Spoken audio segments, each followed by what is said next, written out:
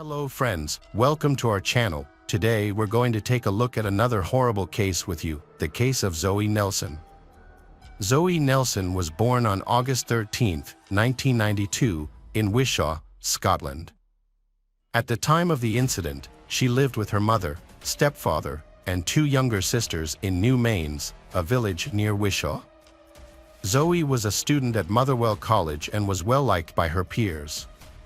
However, Zoe's life was complicated by a rivalry with her 16-year-old sister Laura Ann, who was also involved with the same boyfriend. This led to tension between the sisters. On May 22, 2010, the situation escalated when Laura Ann saw Zoe talking to a 20-year-old man named Robert Bain outside their home. Laura Ann became upset and confronted Zoe, leading to a physical fight. Their mother, Mary Ann Nelson, intervened, telling Zoe to leave. Zoe obeyed and did not go back home.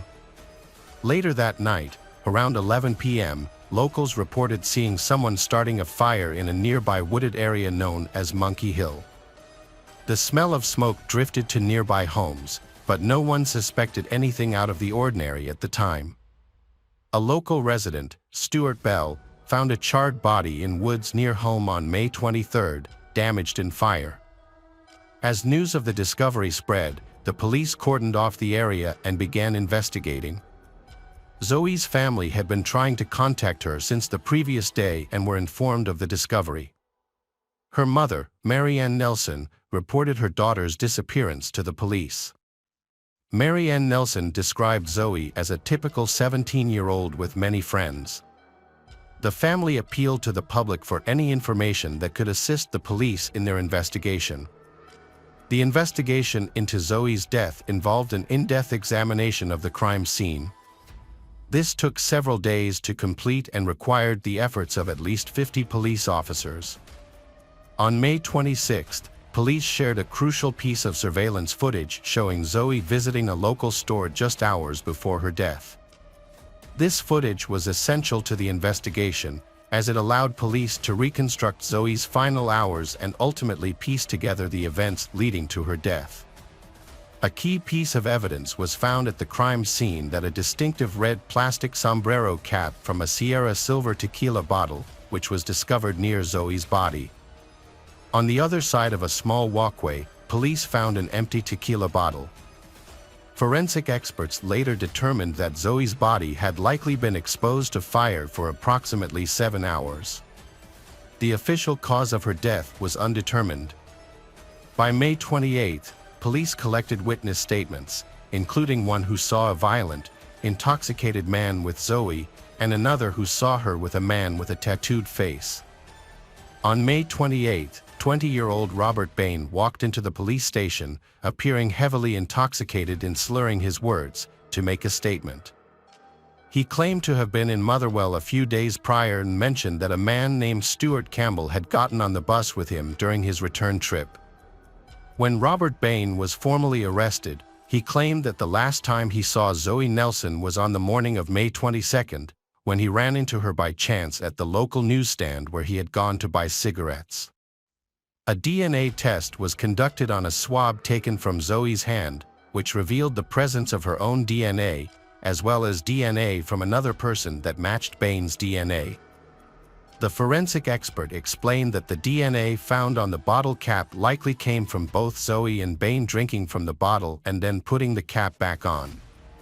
The scientific evidence suggests that Bain's DNA was deposited on Zoe's right palm and between her fingers. Robert Bain was accused of causing Zoe Nelson's death based on multiple eyewitness accounts and DNA evidence.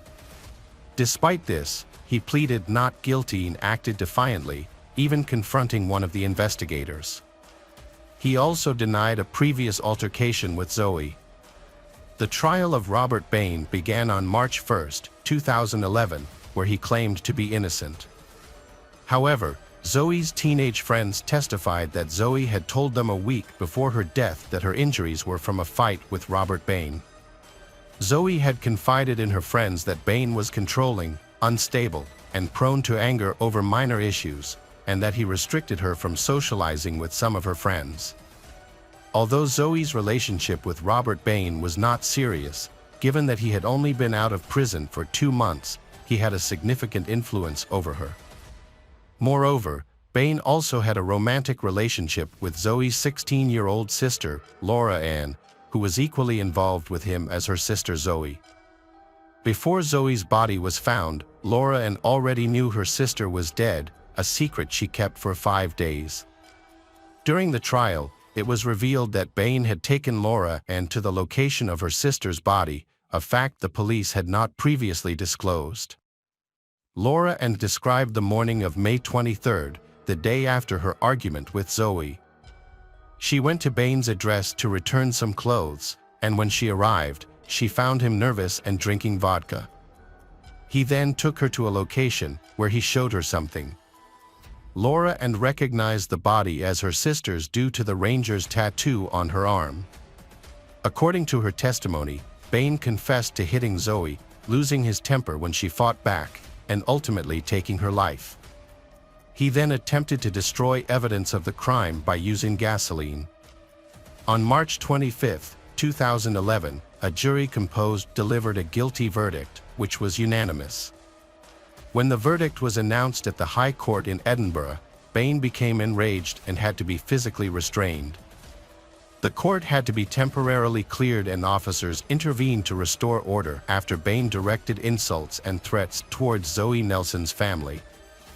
After a 20-minute break, Judge Lady Dorian decided to continue the trial without Robert Bain present.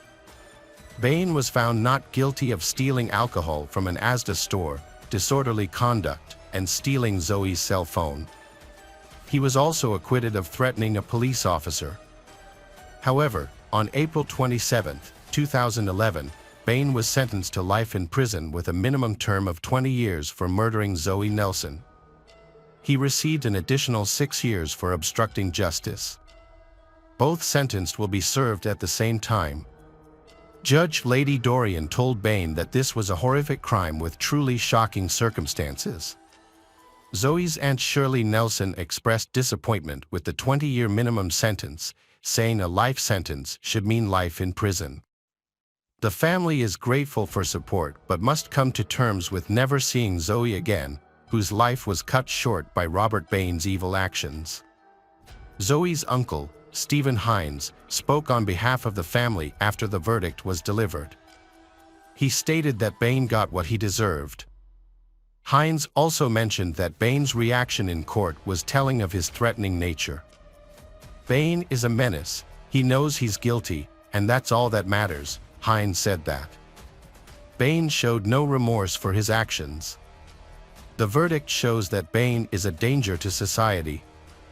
With him behind bars, the community is safer, and hopefully, the Nelson family can begin to heal, knowing that justice has been served.